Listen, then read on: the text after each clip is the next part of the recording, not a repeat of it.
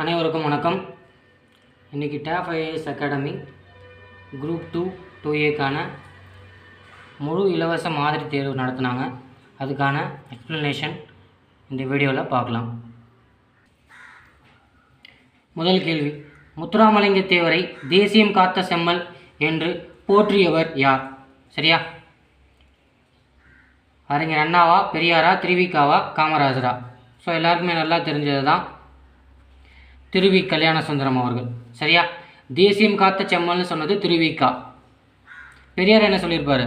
சுத்த தியாகின்னு அப்படின்னு சொல்லியிருப்பார் பெரியார். காமராஜர் முத்துராமலிங்க தேவரின் வீரமிக்க பேச்சு விடுதலை போருக்கு மிகவும் உதவும் அப்படின்னு சொல்லியிருப்பார் காமராஜர். சரியா? அறிஞர் அண்ணா சிங்கத்தின் முழக்கம் போன்று இருந்தது முத்துராமலிங்க தேவர் ஐயாவின் பேச்சு அப்படின்னு சொல்லியிருப்பார். சரியா? ஸோ முத்துராமலிங்க தேவரை தேசியம் காத்த செம்மல் என்று போற்றியவர் யார்னா திருவி கல்யாண சுந்தரம். இரண்டாவது கேள்வி, பொறுத்துக. சரியா? உபகாரி, வாரணம், அழுவம், வங்கம். சரியா? உபகாரினா என்ன? வள்ளல். வாரணம் யானை. அழுவம்னா கடல். வங்கம்னா கப்பல். ஸோ எது பொருந்தது? உபகாரி வள்ளல், வாரணம் யானை. 2-1. அழுவம்னா கடல். 2-1-4. ஓகேவா? Option C. பொருந்தா சொல்லை கண்டறிக. கார்ப்பு, உவர்ப்பு, துவர்ப்பு, பயிர்ப்பு. சரியா? பார்க்கும்போதே நல்லா தெரியுது. கார்ப்பு, உவர்ப்பு, துவர்ப்பு இது எல்லாமே சுவையை பொறுத்தது. பயிர் பண்ணுறது இந்த அச்சம், மடம், நாணம், பயிர்ப்பு அப்படின்னு சொல்லுவாங்க இல்லையா, அந்த உணர்ச்சிகள், அது உணர்ச்சிகளை சொல்கிறது. So option D. புனையா ஓவியம், புறம்போர்ந்தன்ன. சரியா? நம்ம 2 படிச்சிருப்போம். புனையா ஓவியம் கடுப்பு புனைவில்னு ஒன்று, புனையா ஓவியம் புறம்போர்ந்தன்னு ஒன்று. 7ஆம் வகுப்பு 2ஆம் பருவத்தில் கூட இருக்கும். சரியா? புனையா ஓவியம் கடுப்பு புனைவில்னா நெடுநல் வாடை. ஓகேவா? புனையா ஓவியம் புறம்போர்ந்தன்னா மணிமேகலை. சரியா?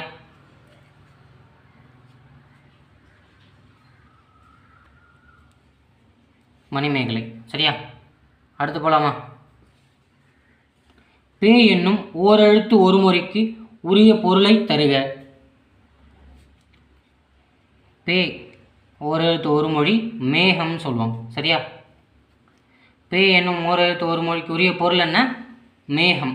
சரியா?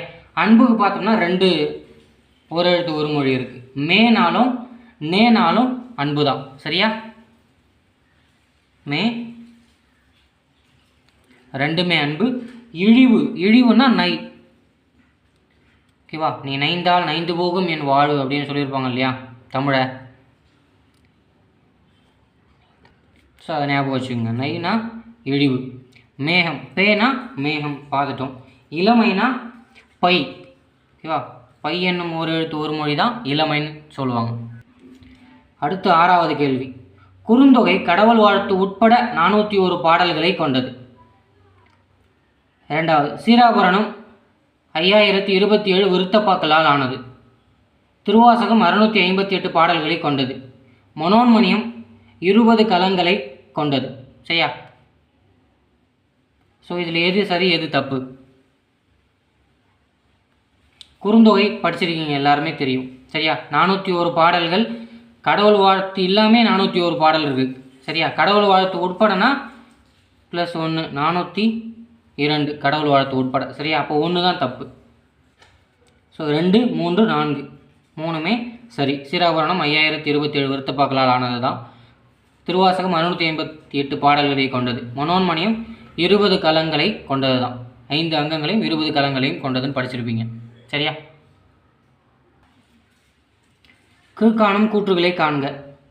சென்னை கீழ்திசை சுவடி கீழ்திசை நூலகம் தற்போது அண்ணா நூற்றாண்டு நூலகத்தின் 7வது தளத்தில் உள்ளது. ஆமாம், சென்னை கீழ்திசை சுவடி நூலகம் எங்கே இருக்குது? அண்ணா நூற்றாண்டு நூலகத்தின் 7வது தளத்தில் இருக்குது. ஆமாம், கரெக்டு தான். கன்னிமாரா நூலகம் 3ஆம் தளத்தில் மறைமலை அடிகள் நூலகம் இருக்குது. கன்னிமாரா நூலகத்துடைய 3வது தளத்தில் தான் மறைமலை அடிகள் நூலகம் இயங்கிக்கிட்டு இருக்கு. ஸோ 2மே கரெக்டு தான். கீழ்திசை சுவடி நூலகம் 1869 தொடங்கப்பட்டது, எல்லாருக்குமே தெரியும். காந்தியினுடைய பிறப்பு, சுயஸ் கால்வாய் திறப்பு, அது எல்லாமே 1869 தான். சரியா. கன்னிமரா நூலகம் 1896. சரியா. அடுத்து போகலாம். 8வது கேள்வி. நம்மாழ்வார் நமது ஈடுபாட்டை 1000 தமிழ் பாடலாக வெளியிட்டது. நம்மாழ்வார் தமது ஈடுபாட்டை 1000 தமிழ் பாடலாக வெளியிட்டது எது? திருவிருத்தம், திருவாசரியம், பெரிய திருவந்தாதி, திருவாழிமொழி. சரியா. இது 4மே யாருடைய நூல்? நம்மாழ்வாருடைய நூல் தான். ஸோ அது எதில் வந்து அவருடைய ஈடுபாட்டை 1000 தமிழ் பாடலாக வெளியிட்டதுன்னு கேட்டால் திருவாய்மொழி தான். ஓகேவா. திருவாய்மொழியில் தான் 1000 பாடல்களை வெளியிட்டார். ஸோ அவர் பிறந்த ஊரான ஆழ்வார் திருநகரி அப்படின்ற ஊரில் தான் இது வந்து பண்ணியிருப்பார். ஊக்கமே நிலையான செல்வம் என்று கூறும் குறள் யாது? சரியா. ஊக்கம்தான் நிலையான செல்வம் அப்படின்னு சொல்கிற குறள் வந்து எது? உள்ளம் உடைமை பொருளுடைமை நில்லாது நீங்கிவிடும். ஆக்கம் அதவினா செல்லும் அசைவிலா ஊக்கம் உழையான் உழை. வெள்ளத்தனை மலர் நீட்டம் மாந்தர்தன் உள்ளத்தனையது உயர்வு. உள்ளுவதெல்லாம் உயர்வுள்ளல் மற்றெல்லாம் தன்னிலும் தள்ளாது நீர்த்து. சரியா. இது எது பொருந்துது? உள்ளுவதெல்லாம் உயர்வுள்ளல். சரியா, அது கிடையாது. வெள்ளத்தனைய மலர் நீட்டம் மாந்தர்தன் உள்ளத்தனையது உயர்வு, அதுவும் இல்லை. ஆக்கம் மதுரவினாய் செல்லும் அசைவிலா ஊக்கம் உழையான் உழை, அதுவும் கிடையாது. உள்ளம் உடைமை பொருளுடைமை நில்லாது நீங்கிவிடும். ஒருத்தர்கிட்ட இருக்குதுன்னு சொல்கிறது ஊக்கம்தான் இல்லையா. மற்ற பொருளெல்லாம் நிலையானது இல்லை அப்படின்றது தான் அது. சரியா. ஊக்கமே நிலையான செல்வம் என்று கூறும் குறள் வந்து உள்ளம் உடைமை பொருளுடைமை நில்லாது நீங்கிவிடும். சரியா. அடுத்து போலாமா? 10வது கொஸ்டின் பாருங்கள். தேவாரம் பாடிய மூவருள் ஒருவரை தேர்க. சரியா. தம்பிரான் தோழர், பக்தி சாகரர், பட்டர்பிரான், கொல்லிக்காவலன். இதில் யாருன்னு பார்த்தோன்னே எல்லாருக்கும் தெரிஞ்ச கேள்வி தான். தம்பிரான் தோழர். சரியா. தம்பிரான் தோழர் யார்? சுந்தரர். ஓகேவா. சுந்தரருக்கு நம்பியார் ஊரார், தம்பிரான் தோழர் என்னும் சிறப்பு பெயர்கள் இருக்கிறது. இது நம்ம 8ஆம் வகுப்பு புத்தகத்தில் இயல் 5 திருவோதாரம்ன்றதுல படிச்சிருப்போம். சரியா. சுந்தரர் வந்து 7வது திருமுறையை வந்து இயற்றிருப்பார். இவருடைய திருத்தொண்ட தொகையை முதல் நூலாக கொண்டே சேக்கிழார் வந்து பெரிய புராணத்தை இயற்றிருப்பார். சரியா. ஸோ தேவாரம் பாடிய மூவருள் ஒருவர் தம்பிரான் தோழர். தென்னக மொழிகளில் தமிழே மூத்தது முதன்மையானது என நிறுவியவர் யார்? நம்ம கால்டுவெல். சரியா. எல்லாருக்கும் நல்லா தெரிஞ்ச கேள்வி தானே. சரியா. தமிழே மூத்த மொழியின் நிறுவியவர் யார்? கால்டுவெல் தான். தமிழ் வடமொழியின் மகளன்று, அது தனித்த குடும்பத்திற்கு உரிய மொழி, சமஸ்கிருத கலப்பின்றி அது தனித்து இயங்கும் ஆற்றலை பெற்ற மொழி அப்படின்னு சொன்னது யார்? நம்ம கால்டுவெல் தான். தமிழை உலகறிய செய்தவரும் கால்டுவெல் தான். சரியா. 12வது பாருங்கள். பொறுத்துக்கு கொடுத்துருக்காங்க. பெரும்பான் ஆற்றுப்படை, முல்லைப்பாட்டு, நெடுநல்வாடை, பொருணர் ஆற்றுப்படை. சரியா. 10 பாட்டு நூல்களையும் அதனுடைய ஆசிரியர்களையும் பொறுத்த சொல்லியிருக்காங்க. சரியா. பெரும்பான் ஆற்றுப்படை யார்? கடியலூர் உருத்திர கண்ணனார். முல்லைப்பாட்டு நப்பூதனார். நெடுநல்வாடை யார்? நக்கீரனார். திருமுருக ஆற்றுப்படையும் நெடுநல்வாடையும் நக்கீரனார் இயற்றியது. பொருணர் ஆற்றுப்படை முடத்தாம கண்ணியார். சரியா. இது பொருந்துது. 4-1. So option D. சரியா. ஸோ 10 பாட்டு ரொம்ப முக்கியமானது, உங்கள் எல்லாருக்குமே நல்லா தெரியும். அப்படியே பாடல்கள் வந்து எத்தனை பாடல்கள் இருக்குன்னு அப்படியே பார்த்துட்டு போயிடலாம். பெரும்பான் ஆற்றுப்படை 500 பாடல்கள். முல்லைப்பாட்டு 103. நெடுநல்வாடை 188. பொருணர் ஆற்றுப்படை 248. சரியா.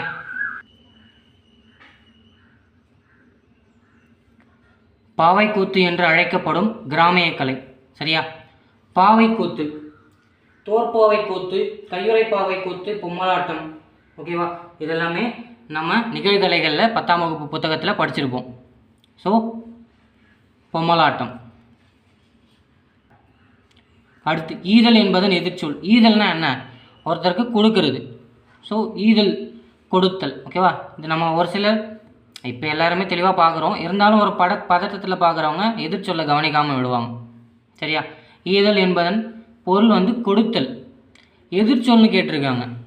ஸோ இப்போ எதிர்ச்சொல்னா கொடுக்கறது, திரும்பி வாங்கிக்கிறதுனா ஏற்றல். ஸோ ஆப்ஷன் டி, ஈதல் என்பதன் எதிர்ச்சொல் ஏற்றல். அடுத்து 15வது கேள்வி. சேக்கிழார் கீழ்காணும் எந்த மன்னனின் அவையில் முதலமைச்சராக இருந்தார்? ஓகேவா? சேக்கிழார் 2ஆம் குலோத்துங்கனின் அவைக்கள புலவர். சரியா? சேக்கிழார், கம்பர், இவங்க 2 பேருமே 2ஆம் குலோத்துங்க சோழனின் அவைக்கள புலவர் தான் இருந்திருப்பாங்க. சரியா? ஜெயங்கொண்டார் தான் 1ஆம் குலோத்துங்க சோழனின் அவைக்கள புலவராக இருந்திருப்பார். சரியா? சேக்கிழாரோட காலம் 12ஆம் நூற்றாண்டு, உங்களுக்கு நல்லாவே தெரியும். அடுத்து காயிதே மில்லத் பற்றிய கூற்றுகளில் தவறானதை தேர்ந்தெடுக. மிகச்சிறந்த தொழில்துறை அறிவை பெற்றிருந்தார். ஆமாம். இந்திய விடுதலைக்கு பின் மாநிலங்களவை, மக்களவை உறுப்பினராக பணியாற்றியிருக்கார். ஆமாம். காயிதே மில்லத்தின் இயற்பெயர் முகமது இப்ராஹிம்னு போட்டிருக்காங்க. ஓகேவா? இதுதான் தவறாக இருக்குது. முகமது இப்ராஹிம் இல்லை, முகமது இஸ்மாயில் சாஹிப். சரியா? முகமது இஸ்மாயில் சாஹிப்புங்கிறது தான் காயிதே மில்லத்துடைய இயற்பெயர். ஸோ 3வது தான் தப்பாக இருக்குது. காயிதே மில்லத்தின் இந்திய அரசியலமைப்பு உருவாக்க குழு உறுப்பினராகவும் பணியாற்றிருக்கார். ஆமாம். ஸோ தவறானது எதுனா ஆப்ஷன் சி. சரியா? முகமது இஸ்மாயில் சாஹிப். 17வது. தேவரும் மக்களும் ஒத்துடன் திரிதரும் நாளேழ் நாளினும் நன்கறிந்தீர் என இவ்வடிகள் இடம்பெற்றுள்ள நூல். சரியா? 9ஆம் வகுப்பு புத்தகத்தில் மணிமேகலையில் இந்த வரிகள் கொடுக்கப்பட்டிருக்கும். ஓகேவா? அந்த திருவிழாவில் விழாவரை காதையில் தேவரும் மக்களும் ஒத்துடன் திரிதரு நாளேழ் நாளிலும் நன்கறிந்தீர் என. நாளேழ் என்றது 28 நாள் இந்திர விழா கணக்கு. சரியா? எல்லாரும் ஒன்றோடு இருந்து அந்த விழாவை கொண்டாடுங்கன்றது தான் அந்த வரி. சரியா? இது மணிமேகலையில் இடம்பெறுது. நாட்டு விடுதலையை விட பெண் விடுதலை தான் முதன்மையானது என்றவர் யார்? நம்ம எல்லாருக்கும் நல்லா தெரிஞ்சவர் தானே, பெரியார். நாடு விடுதலை ஆகிறது அப்புறம் இருக்கட்டும், முதல்ல பெண்கள் விடுதலை முதன்மையானது அப்படின்னு சொன்னது நம்ம பெரியார் தான். ஓகேவா? காந்தியடிகள் என்ன சொல்லியிருப்பார் பெண் விடுதலை பற்றி? நள்ளிரவில் பெண்களால் தெருவில் நடந்து செல்லும் போது தான் இந்தியாவிற்கு உண்மையான சுதந்திரம் கிடைக்கிறது அப்படின்னு சொல்லியிருப்பார் இல்லையா? பாரதியாருடைய வரிகள் என்ன? மாதர்தம்மை இழிவு செய்யும் மடமையை கொளுத்துவோம்னாரு. முத்துராமலிங்க தேவர் கூட பெண்கள் மகப்பேறு காலத்தில் விடுப்பு வேணும்னு சொல்லிட்டு போராடி இருக்கார். 19வது கேள்வி. கீழ்காணும் கூற்றுகளை காண்க. அகில உலக தமிழாய்வு மன்றம் உருவாகவும் உலக தமிழாராய்ச்சி நிறுவனம் உருவாகவும் காரணமாக இருந்தவர் தனிநாயகம் அடிகள். ஆமாம், ஃபஸ்ட்டு கரெக்ட். புட்கையில்லோன் யாட்கை போல என்று புறநானூற்று அடியை இயற்றியவர் பிசிராந்தையார்னு கொடுத்துருக்காங்க. பிசிராந்தையார் கிடையாது. சரியா? ஆலத்தூர் கிழார். இது நம்ம 9ஆம் வகுப்பு புத்தகத்தில் விரிவாகும் ஆளுமை அப்படிங்கிற பாடத்திலிருந்து எடுத்திருக்காங்க. சரியா? ஸோ 1 மட்டும்தான் இதில் கரெக்ட். ஓகேவா? புறநானூற்று அடியை இயற்றியவர் யார்? புட்கையில்லோன் யாட்கை போலனா ஆலந்தூர் கிழார். புட்கையில்லோன் யாட்கை போல அப்படின்னா என்னன்னு கேட்டிங்கன்னா, குறிக்கோள் இல்லாதவன் வெறும் சதைப்பெண்டம் அப்படிங்கிறார். சரியா?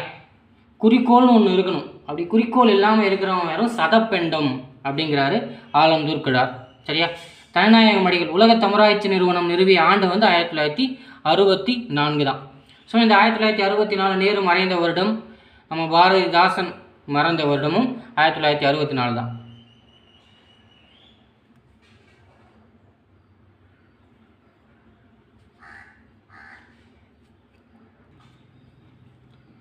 20வது கேள்வி, காய்ந்தும் கெடுகின்ற பெய்தும் கெடுகின்ற மழையை சார்ந்து வாழ்கின்ற மானாவாரி மனிதர்களின் வாழ்க்கையை சொல்லும் இலக்கியம் கரிசல் இலக்கியம். சரியா? இப்போ 10ஆம் வகுப்பு புத்தகத்தில் இருக்கக்கூடிய பாடல் தான், வரிகள் தான். அடுத்து, கீழ்காண்பவற்றுள் தன்வினை வாக்கியத்தை தேர்க. எது தன்வினை? அவன் அடங்கினான், கந்தன் கடிதம் படித்தான், அவன் மாணவன், கண்ணன் அடித்து திருத்தினான். ஸோ இதில் எது தன்வினை வாக்கியம்? அவன் அடங்கினான், இதுதான் தன்வினை. சரியா? அவன் அடங்கினான். கந்தன் கடிதம் படித்தான், கடிதம் படித்தான்ங்கிறது எப்படி தன்வினை ஆகும்? செய்வினையாக தானே இருக்கும். அவன் மாணவன், ஓகேவா, அது பெயரச்சமாக வரும். கண்ணன் அடித்து திருத்தினான், செயல்பாட்டு வினை. சரியா? ஸோ தன்வினை அவன் அடங்கினான். விடிவெள்ளி என்பது யாருடைய புனைப்பெயர்? ஓகேவா, யாருடைய புனைப்பெயர்? ஈரோடு தமிழன்பனின் புனைப்பெயர். ஓகேவா, ஈரோடு தமிழன் இயற்பெயர் என்ன? ஜெகதீசன். சரியா? ஈரோடு தமிழன்பனின் இயற்பெயர் ஜெகதீசன், அவருடைய புனைப்பெயர் விடிவெள்ளி. சரியா? அடுத்த கேள்வி, கூற்று 1. இவர் போகர் என்ற சித்தரின் சீடர். இவர் மெய்ப்பொருளின் தன்மையையும் பிறவியற்ற பேரின்ப நிலையையும் எய்தும் வழியினை பாடியுள்ளார். சரியா? யாரு? நம்ம இடைக்காட்டு சித்தர் தான் போகரின் சீடராக இருந்திருப்பார். பேரின்ப நிலையை எய்தும் வழிகளையும் பாடியிருப்பார். சரியா? Option D. ஸோ கிரிட்டிக்ஸ் என்னும் இச்சொல்ல நிகரான தமிழ் சொல் எதுன்னு கேட்டிருக்காங்க. கிரிட்டிக்ஸ்னா திறனாய்வாளர். சரியா? அடுத்த கொஸ்டின் பாருங்க, பொறுத்துக. பூ உதிரும், நசுக்கம், பசி, ஒற்றை குரல். ஸோ எப்படி பொருந்திருக்கு? பூ உதிரும் ஜெயகாந்தன் தான். நசுக்கம் சோ தர்மன் தான் ஏற்றிருப்பார். பசி தாமரை செல்வி தான். ஒற்றை குரல் இளங்கோ கிருஷ்ணன். ஸோ எல்லாமே நேராக தான் பொருந்திருக்கு. 1 2 3 4 ஆப்ஷன் ஏ தான். அடுத்ததும் பொறுத்துக. வெள்ளி வீதியார், அண்ணாமலையார், வாடிவாசல், இளம்பெரும் வழுதி. சரியா? வெள்ளி வீதியார்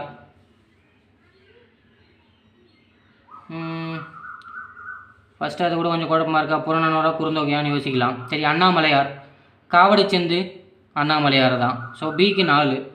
பிக்கு 4 எங்கே இருக்குது? 2 இடத்துல இருக்குது.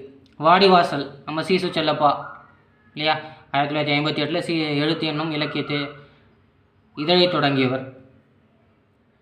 ஸோ சிக்கு 2. ஸோ 4 2. ஸோ ஆப்ஷன் 2 வச்சே நம்ம கண்டுபிடிச்சிட்டோம். விடிவெள்ளி குறுந்தொகை, வெள்ளி வீதியார் குறுந்தொகை, அண்ணாமலையார் காவடி செந்து, வாடிவாசல் சீசு செல்லப்பா, இளம்பெரும்பொழுதி புறநானூறு. சரியா? உனதருளே பார்ப்பேன் அடியேனே என யார் யாரிடம் கூறியது? யார் யாரிடம் கூறியது? இறைவனிடம் குலசேகர ஆழ்வார் கூறியது. சரியா? நம்ம 10ஆம் வகுப்பில் பெருமாள் திருமொழி பாடல் இருக்கு இல்லையா, வாளால் அறுத்து சுடினும் மருத்துவன் பால் மாளாத காதல் நோயாளன் போல் மாயத்தால் மீளா துயர்தரினும் வித்துவ கோட்டம்மா நீயால உனதருளே பார்ப்பேனே அடியேனே அப்படின்ற பாடல் இருக்கு இல்லையா.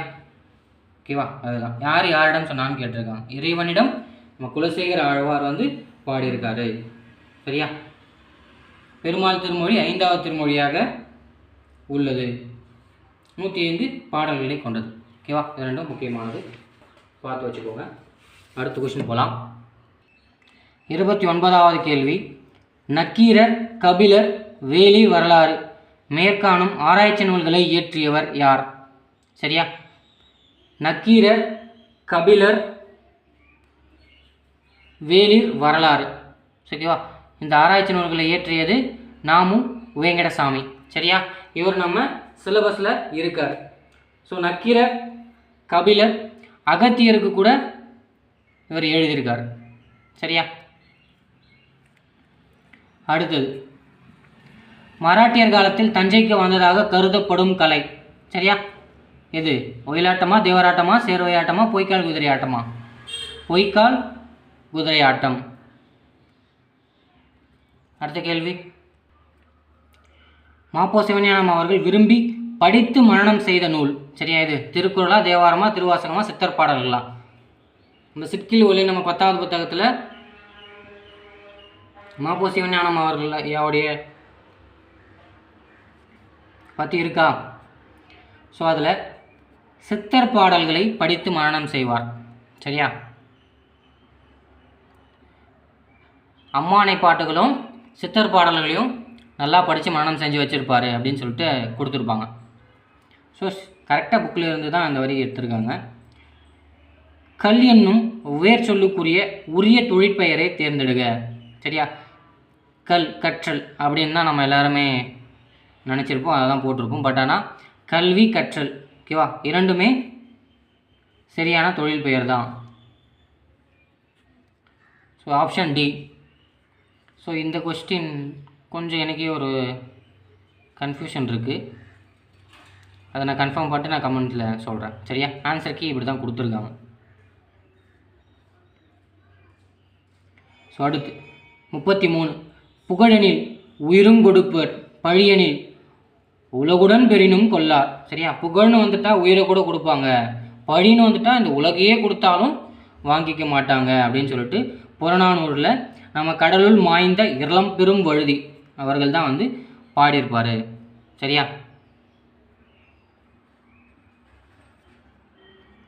இது நம்ம 11ஆம் வகுப்பு புத்தகத்தில் இருக்கிற புறநானூற்றிலேருந்து கொடுத்துருக்காங்க. சரியா? உண்டால் அம்மை உலகம் அப்படின்ற புறநானூற்று பாடலில் இருந்து. ஓகேவா? சென்டர் லைன் எடுத்திருக்காங்க. கீழ்காணும் காப்பா செய்குத்தம்பி பாவலர் குறித்த கூற்றுகளை காண்க. சரியா? சதாவதானி என்று பாராட்டப்பட்டார். ஆமாம். இவர் நினைவை போற்றும் வகையில் இலாடக்குடியில் ஒரு பள்ளி அமைக்கப்பட்டது. ஆமாம், ஒரு பள்ளியும் மணிமண்டபம் அமைக்கப்பட்டிருக்கு. சரியா? அவர் பிறந்த இடாலக்குடியில். சரியா? சீராபுராணத்திற்கு உரை எழுதினார். ஆமாம், எல்லாமே கரெக்ட் தான். சரியா?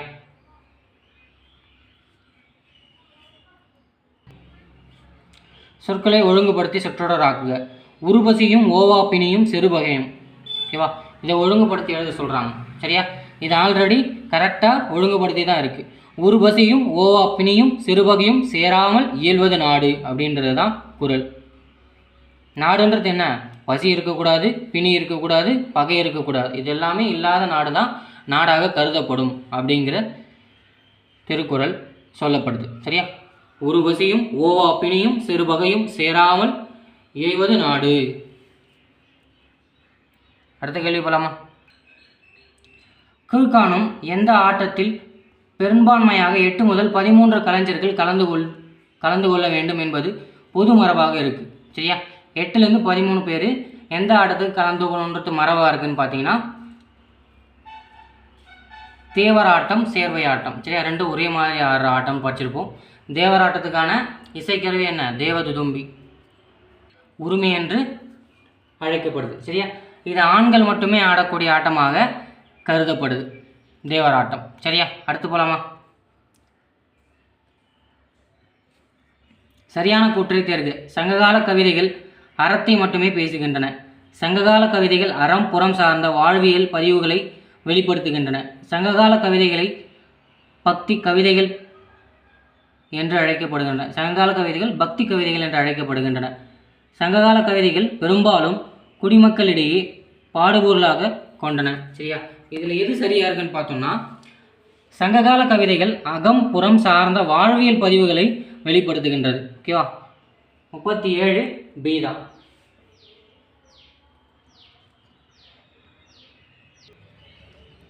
ஸோ அடுத்து 38வது, பெரும்பாலும் இடைநிலைக்கும் மிகுதிக்கும் இடையே இடம்பெறும் அசைச்சொல். ஸோ நம்ம எல்லாருக்கும் தெரிஞ்சது தான் சாரியை. பகுதிக்கும் இடைநிலைக்கும் இடையேன்னு கேட்டால் சந்தி, இடைநிலைக்கும் மிகுதிக்கும்னா சாரியை. சரியா? அடுத்து 39வது, பீலிபை சகாடும் அச்சிடும் அப்பண்டம் சால மிகுத்து பெயின். சரியா? இக்குறப்பாவில் பயின்று வந்துள்ள அணியை காண்க. ஊமை அணியா, எடுத்துக்காட்டு ஊமை அணியா, ஏகதேச உருவ அணியா, பிரிது மொழிதல் அணியா? ஸோ இது வந்து பிரிது மொழிதல் அணி. பிரிது மொழிதல் அணினா என்ன? கூறப்படும் கருத்தை வைத்து அது சார்ந்த பொருளை வந்து உணர வைப்பது. சரியா? ஒன்றை கூறி மற்றொன்றை புரிய வைக்கிறது தான் வந்து பிரிது மொழிதல் அணின்னு சொல்கிறாங்க. சரியா? பீலிபை சாகாடும் அச்சிடும் அப்பண்டம் சால மிகுத்து பெயின். பீலினா என்ன? மயிலிறகு.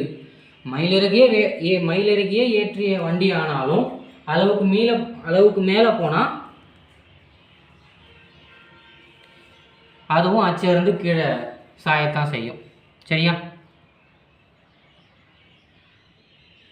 அதேதான். இதுலேருந்து என்ன சொல்ல வராங்க? ஒரு அரசனுக்காக தான் சொல்கிறாங்க.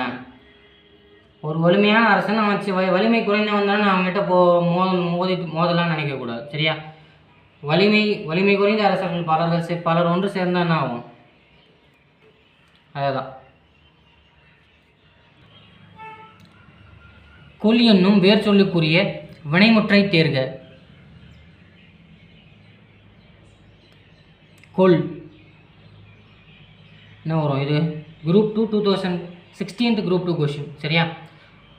வினை முற்று கேட்குறாங்க. சரியா? ஸோ கொண்டான். கொல்லுன் வினைமுற்று என்ன? கொண்டான். சரியா? கொன்றான், கொன்ற, கொண்டு இதெல்லாம் வராது. கொன்ற பெயரச்சம், கொண்டு வினையச்சம். கொன்றான்றது இது ரெண்டும் தான் கன்ஃபியூஸ் ஆகிற மாதிரி இருக்கும். ஆனால் கொண்டான் தான் ஆன்சர். சரியா? விடைக்கேற்ற வினாவை தேர்ந்தெடுக்க. பாரதிதாசன் மூட நம்பிக்கைகளை சாடினார். சாடினார்னா என்ன சொல்கிறது? அது இழிவுன்னு வந்து பேசியிருப்பார். ஸோ என்ன கேள்வியாக இருக்க முடியும்? பாரதிதாசன் சாடியது எது? இல்லை. பாரதிதாசன் சாடியது ஏன்? கிடையாது. பாரதிதாசன் எவற்றை சாடினார்? மூட நம்பிக்கைகளை சாடினார். இதெல்லாம் ரொம்ப ஈஸியாக இருந்தது, எல்லாருமே பண்ணியிருப்பீங்க. தற்கால இலக்கியத்தின் விடிவெள்ளி என்று போற்றப்படுபவர். சரியா? இதுதான் எல்லாருக்கும் கன்ஃபியூஸாகவே ஆகும். நான் பிச்சமூர்த்தி ஐயாவா இல்லை பாரதியாரா? சரியா? ஸோ ரெண்டு பேருக்குமே இந்த தற்கால இலக்கியத்தின் விடிவெள்ளின்னு போற்றப்படுறாங்க. சரியா? ஸோ பாரதியார் இல்லைன்னா நம்ம பிச்சமூர்த்தி எடுத்துக்கலாம். பாரதியார் இருக்கிறதால நம்ம பாரதியாரையே முதல்ல சொல்லிடலாம். சரியா? அடுத்து எவ்வகை வாக்கியம் என கண்டெடுத்து எழுதுக. உழைப்பின் வாரா உறுதிகள் உளவோ. உழைப்பில் வராத உறுதின்னு ஒன்று இருக்கோ அப்படின்றது கேள்வி கேட்குற மாதிரி தானே வருது. ஸோ வினா வாக்கியம் தான். சரியா? உழைப்பில் வராத உறுதி வேறு எதில் வரப்போகுது இல்லையா? உழைப்பின் வராத உறுதியும் ஒன்று இருக்கா அப்படின்னு கேட்குற வரிதான். 44வது கேள்வி பாருங்கள். படைப்பாளன் தன் கருத்தினை உணர்ச்சிகளோடு வெளிப்படுத்தும் வடிவம் கவிதை. சரியா? இது வந்து நம்ம லாஸ்ட்டு 2024 குரூப் 4 கொஸ்டின். சரியா? படைப்பாளன் தன் கருத்துக்களை உணர்ச்சிகளோடு வெளிப்படுத்தும் வடிவம் கவிதை. கரெக்டு. படைப்பாளன் தன் கருத்துக்களை முன்னிலைப்படுத்தி எழுதும் வடிவம் நாடகமா? படைப்பாளரை அனைத்து பாத்திரங்களையும் இயக்கச் செய்யும் வடிவம் கதை. ஸோ 3வதும் கரெக்டு தான். ஸோ இதில் எது மட்டும்தான் தவறாக இருக்குது? 2வது தான் தவறாக இருக்குது. சரியா? ஸோ 2 மட்டும் தவறு. நாடகம் கிடையாது, கட்டுரை. படைப்பாளன் தன் கருத்தை முன்னிலைப்படுத்தி எழுதும் வடிவம் எது? கட்டுரை தான். சரியா?